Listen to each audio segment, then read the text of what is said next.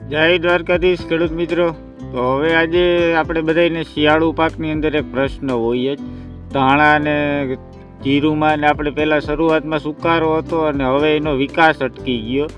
એટલે આપણે શુદ્ધ ગુજરાતીમાં ખેડૂતની ભાષામાં કહીએ તો કે ધાણા ને એ બધા બેહી ગયા તો હવે એને આપણે કઈ એવી દવા છાંટીએ જેના લીધે સારું આપણને રિઝલ્ટ મળી શકે.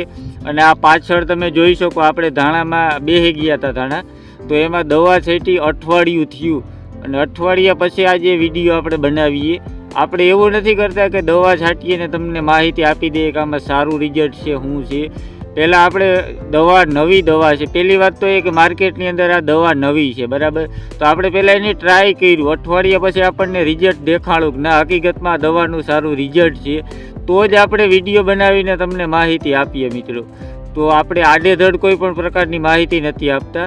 તો હાલો આપણે હવે જોઈએ કઈ દવા છે ને ક્યારે છાંટવી અને શું પ્રમાણ રાખવું ને એ બધી વાત આપણે વિડીયોની અંદર આગળ કરીએ.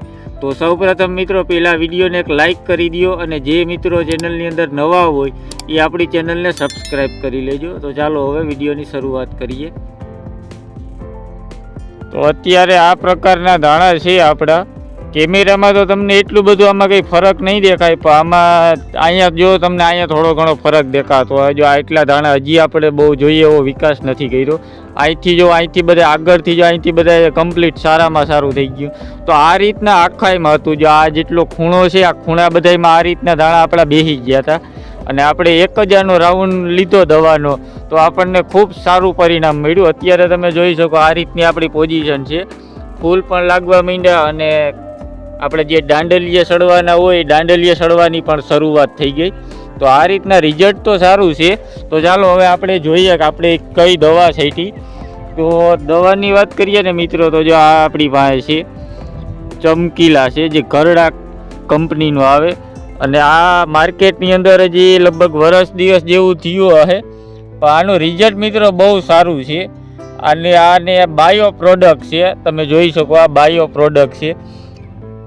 ખૂબ સારું પરિણામ આપણને આની અંદર મળ્યું. તો આ એક વાપરવા જેવી પ્રોડક્ટ છે અને આની વિશે આપણે વાત કરીએ ક્યારે વાપરવું. તો એક વસ્તુનું ખાસ ધ્યાન રાખવાનું મિત્રો, ફૂલ આવી ગયા હોય આ રીતના ધાણામાં તો આનો ક્યારેય સ્પ્રે કરવાનો જ નહીં. આ રીતના ફૂલ દેખાતા હોય તો ક્યારેય વાપરવાનું જ નહીં.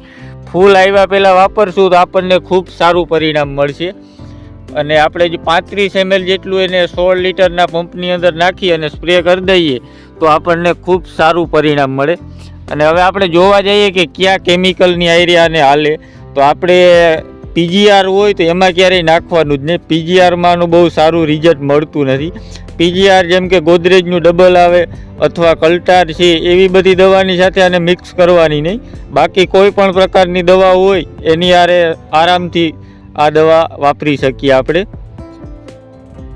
અને મિત્રો આ આપણી પાસે જે ઘરડા કંપનીનું ચમકીલા છે એ કોઈ પણ પ્રકારના પાકમાં હાલે, પણ એ નાનો પાક હોય ત્યારે છાંટીએ તો આપણને ખૂબ સારું પરિણામ મળશે. આપણે અઠવાડિયા પહેલાં છાંટેલું છે તો અત્યારે આમ સારામાં સારું રિઝલ્ટ મળી ગયું આપણને.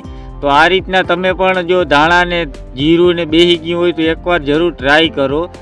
આપણે કોઈ સ્પોન્સર વિડીયો નથી મિત્રો, આપણે ખુદ અનુભવ કરેલો છે અને આપણી ચેનલમાં ક્યારેય એવા કોઈ નહીં હોય કે મને 2-5 રૂપિયાનો ફાયદો થાય તો આપણે ગમે એની આપણે સ્પોન્સર કરીએ. આપણે પહેલાં ટ્રાય કરશું કે આપણને સારું રિઝલ્ટ મળે તો જ આપણે આગળ એનો વિડીયો કે ગમે એ બનાવશું.